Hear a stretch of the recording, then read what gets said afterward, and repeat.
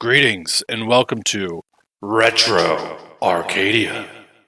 This is a reading of the essay Final Fantasy Legend II Save the World, found at oncomputer.games. Only slightly altered from its original state to conform with this new video format. This essay was written early in the On Computer Games timeline, technically the sixth essay for the site. The original goal was to cover every saga, and that's a capital G, game, in an effort dubbed the Saga Saga. Starting with the Final Fantasy Legend, note that the in the title is very important. Clearly, I was going through one of my obsessive fixations. The true goal was to get around to writing about one of my favorite games ever that my dad got for me one summer while I was staying with my grandma in Charleston, Saga Frontier 2. Now, of course, I didn't make it that far, losing steam after completing my essay titled Please Kill Me, a Romancing Saga Analysis. But I will get back to the Saga Saga eventually, I promise. With this essay, I wanted to shift gears from my long-form writing and prove to myself that I could write a short-form article in the vein of a standard computer game review, akin to something one might find on IGN, GameFAQs, or Kotaku. And I do think I reach some semblance of that goal, but as a result, this essay does not attempt to shoehorn in any sort of overarching message or lofty philosophical or artistic theme, like many of my other essays do. Instead, this essay is a fairly standard rundown of my thoughts on Final Fantasy Legend II, the second Saga game, released by Square for the original Game Boy in December 1990. So, without further ado, like a bolt from the blue, Final Fantasy Legend II.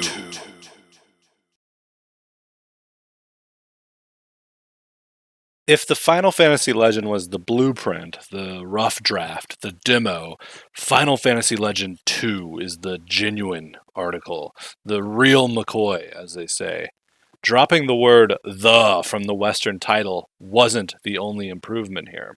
From the gameplay systems to the presentation and the music, everything is turned up to 11 on a dial that goes to 5. Playing Final Fantasy Legend II feels like a grand adventure, whereas the Final Fantasy Legend feels like a series of set pieces with RPG coding designed only to showcase cool ideas to a board of lifeless corporate executives who cheat on their spouses every night because they lack real passion for anything other than the almighty dollar. A harsh hyperbolical, I know, but a necessary one to illustrate just how much better this game truly is over its predecessor.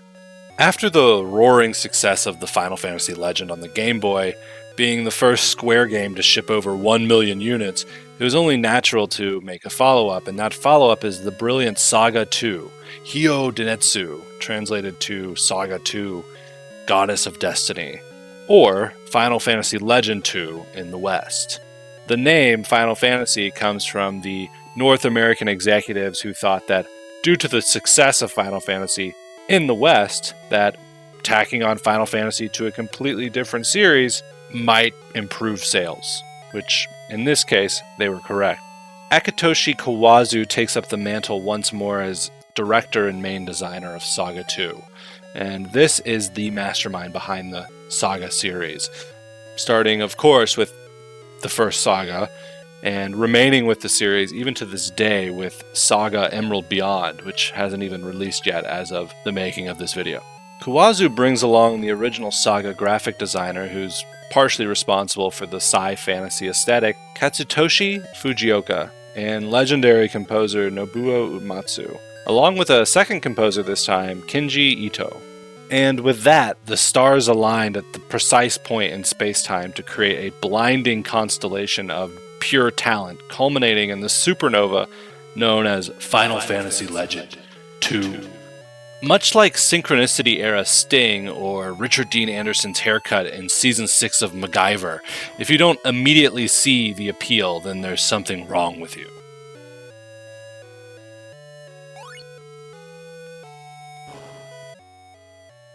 Immediately upon starting a new game, it becomes apparent that the presentation of Final Fantasy Legend II is of a much higher caliber than its predecessor, likely due to more experience developing for the hardware and a higher overall budget.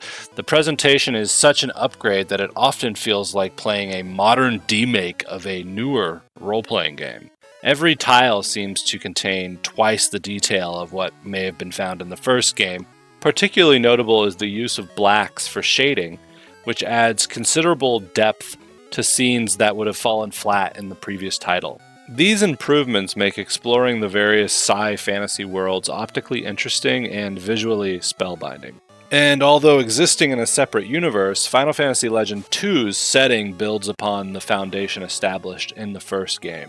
Incorporating a compelling blend of sci-fi and fantasy elements across multiple worlds, and these worlds span from sprawling futuristic cities governed by the goddess Venus, where only the beautiful may live, to an abandoned realm of giants, where the giants have shrunk themselves to coexist with humans on another planet. Even Edo period Japan makes an appearance, featuring an amusing localization quirk, replacing all mention of the drug opium with the word bananas. Courtesy of Nintendo of America's family-friendly guidelines, no doubt.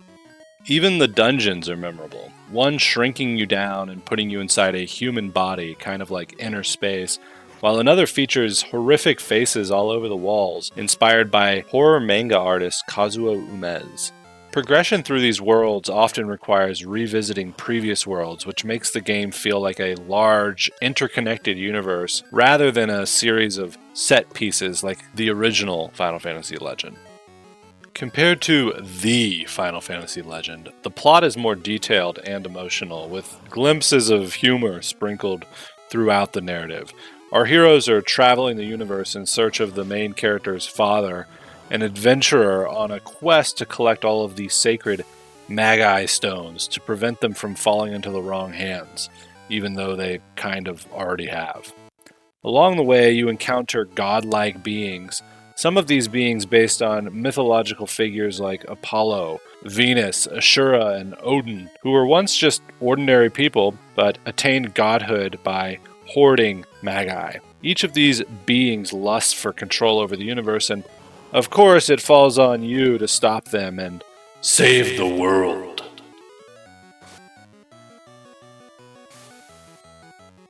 Composers Nobuo Uematsu and Kinji Ito create an astounding soundtrack that perfectly complements the Final Fantasy Legend II's unique setting and consistently odd situations. Containing some of the best music ever produced for the limited 4-channel Game Boy sound chip, including the brilliant final battle theme, Save the World, one of Nobuo Uematsu's best works.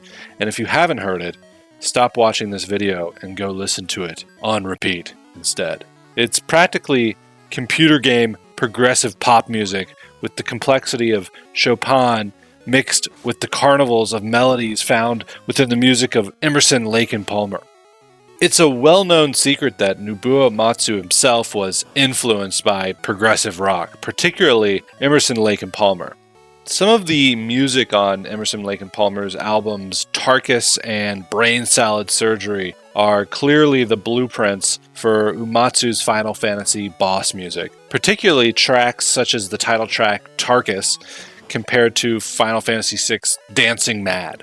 Emerson, Lake and Palmer's heavy use of keyboards, classical influences, and their penchant for meandering madness that lasts over 20 minutes was clearly a direct influence on Nobuo Uematsu, whose music, particularly Dancing Mad and, in this case, Save the World, sounds like it could fit anywhere on Tarkus or Brain Salad Surgery, and is compositionally better than anything on either of those albums. And while Save the World isn't super long, it's a Game Boy game after all, it uses all 4 of the Game Boy's sound channels to full effect in a progressive operatic carnival of melodies within more melodies.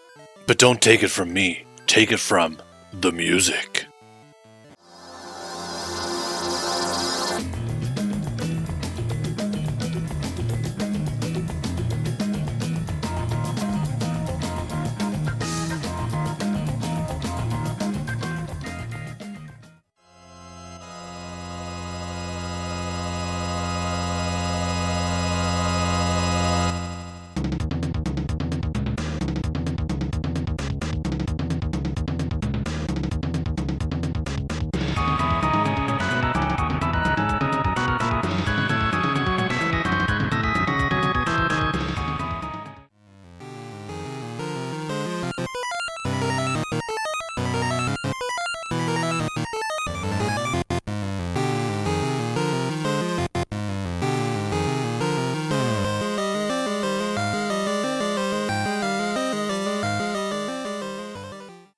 Kinji Ito was brought on as the second composer to ease Uematsu's workload. At the time, Uematsu was also working on the music for Final Fantasy IV for the Super Nintendo. Yato's output impressed the executives at Square, who couldn't discern between an Uematsu track and an Ito track during production, resulting in Kinji Ito emerging as a prominent composer for Square moving forward, becoming the main composer for the Saga series going forward until Saga Frontier 2, but also working on the Mana series and the Chocobo Dungeon series as well. Before we move on to the gameplay, I'd like to take a moment to compare the Japanese manual to the North American manual, particularly the artwork. 2 pages specifically outline what I want to discuss. The Japanese artwork is anime inspired. It's the actual concept art by Katsutoshi Fujioka. This is in line with how the in-game sprites are drawn and fits with the game's core Japanese aesthetic very well. And as a kid in the 90s obsessed with anything Japanese, this would have appealed to me instantly. Now, here's the North American artwork. It's technically proficient and very realistic, but somehow lacks humanity. I have no idea who actually created this artwork, and I had trouble finding the name of the person online, but it might as well have been generated by generative AI from 2022. It packs about as much soul and character as one of those retro thing as an 80s dark fantasy YouTube videos. 90s computer games from Japan were notorious for this type of transformation when they went overseas, where brainless Nintendo of America marketing executives thought kids in America wouldn't relate with Japanese computer games unless they were gentrified, and the Japanese origins of the computer game were obscured as much as possible. And in this way, it's a little bit racist and, most importantly, disrespectful to the original artistic team.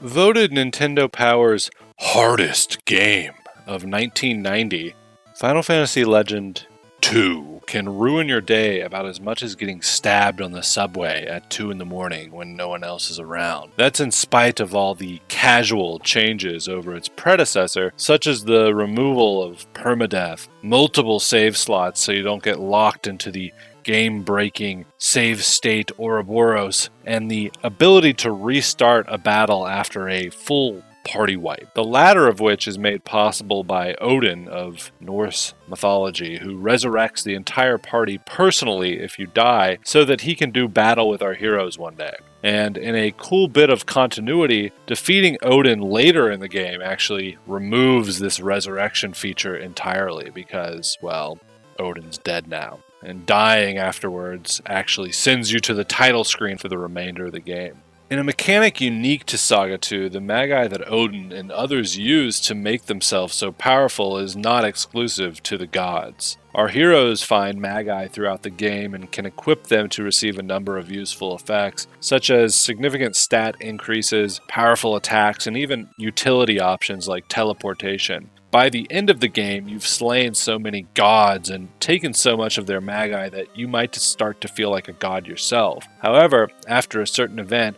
all the Magi you've grown so accustomed to is stripped from you, leaving you like Alucard at the beginning of Castlevania Symphony of the Night, a computer game trope that I appreciate, especially when it happens very late game as opposed to the very beginning. The stuff you worked so hard to get is now gone and you're left floundering, wondering what the hell you're going to do.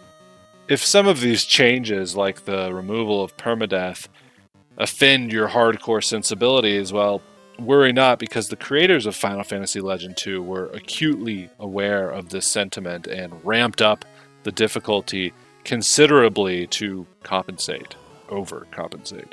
Without changing any of the core gameplay mechanics from the first saga, battles are now deadly turn-based chess matches that can take a devastating turn with just one wrong move. This legendary difficulty is primarily accomplished by the game just constantly throwing packs of 15 or more monsters at you, requiring you to know your enemy and carefully plan every action to survive. This makes random encounters far more dangerous than even boss battles. and actually the boss battles are a nice reprieve. In contrast, Saga 1 was mostly a hold A to win type of affair, making Saga 2 feel far more strategic and fully realized than its older brother, albeit far more frustrating. As an additional compromise for the game's high difficulty, running from battles is now much easier. It almost tempts abuse. While running isn't useful early on, it becomes extremely helpful late game when skilling up is less important, especially when exploring large dungeons where you need to conserve your resources for bosses. In this way, the game encourages running, which is unfortunate because Final Fantasy Legend 2 is a role-playing game, not Sonic the Hedgehog 3 and Knuckles. And with permadeath now a thing of the past, guilds are no longer necessary for recruiting new party members. Instead, you create a party of 4 heroes at the very beginning of the game by choosing between 4 races, one race being a new addition to the series. Time to move over, Tetsuya Takahashi, because we've got robots. Continuing Saga's tradition of general weirdness, robots have a unique progression system that forgoes skilling up through battle in favor of an equipment-based system that increases your robot's stats based on the armor that they wear. This results in a slower overall progression when compared to other races. And due to their reliance on armor for stat growth, robots have limited inventory space for weapons, and any weapons they do equip have their ammo cut in half. These drawbacks are partially mitigated by the fact that robots do not deplete weapons like other races. Instead, they recharge by resting at an inn, and these quirks ultimately result in a suboptimal party member that, despite the rule of cool dictating you include at least one in every party, they're outclassed by every other possible choice. Humans, on the other hand, received a buff compared to their counterparts in Saga 1, as chugging potions is no longer the only method to increase their stats. They now skill up through normal battle, similar to mutants, but with significantly faster progression, compensating for their lack of proficiency in magic. Similar to Saga 1, humans excel at physical combat and serve as the perfect frontline fighters, now even more so. Mutants, however, received a slight nerf from Saga 1 where they were far too overpowered, and this results in a slower rate of stat progression overall. They still possess the unique ability to learn spells from battle, although the intricacies of this process still remain a arcane computer game mystery, and there is still the risk of overriding previously learned spells, a point of criticism left over from the first game. However, I have come to accept this quirk as an inherent part of mutant lore. It's mutation, after all. They're mutating, they can't help it. It's like the X-Men. There seems to be some sort of way to permanently retain a specific spell, but in typical Saga fashion, the exact method to do this remains entirely unexplained. The monster race is still present and remains unchanged from Saga 1. Monsters are basically total garbage unless you utilize an online guide to obtain the best monster type, a method not readily available to the typical 90s kid who would be playing this game and were tricked into putting a monster in their party. This emphasizes a significant point of contention that applies to all Saga games, which is a lack of adequate explanation for any of the game's systems. Something Saga fans just learned to get used to as a quirk with the series that still exists even with the most recent titles. Part of the allure, the mystique of the Saga series is its innate mysteriousness regarding the game's lore and the game's overall mechanics. Outside of the 4 main party members, Saga 2 includes several fully playable guest characters that join your party for brief periods as dictated by the story or whatever. Being a game that is more character-driven than its predecessor, guest joining is a frequent occurrence each world, and these guests vary in strength from overpowered, such as the Mr. S at the beginning of the game that you should abuse to grind early on, to completely useless. And this aspect can be seen as a precursor maybe to the guest system in Final Fantasy XII, which is another game that Akitoshi Kawazu worked on in a producer role much later in life.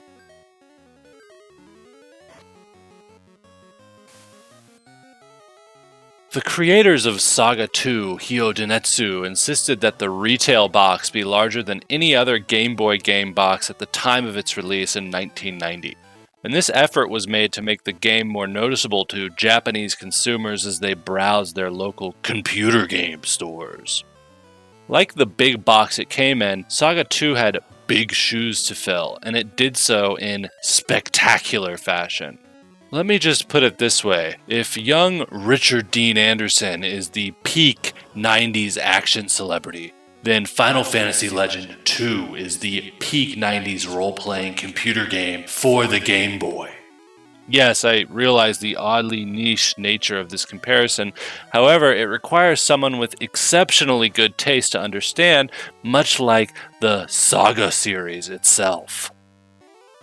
Final Fantasy Legend 2 builds upon the blueprint laid out by the Final Fantasy Legend, incorporating a plethora of improvements that culminate in a truly must-play computer game for the Game Boy. Its art direction, music, difficult gameplay, and overall classic Game Boy green charm leave an immediate imprint on the brain, potentially evoking a sense of nostalgia, even if you're experiencing it for the first time in your 30s. Frequently brilliant and never boring, radiant and refined in its execution, if you're going to play just one Game Boy Saga game, make it Final Fantasy Legend 2. And don't forget to save the world.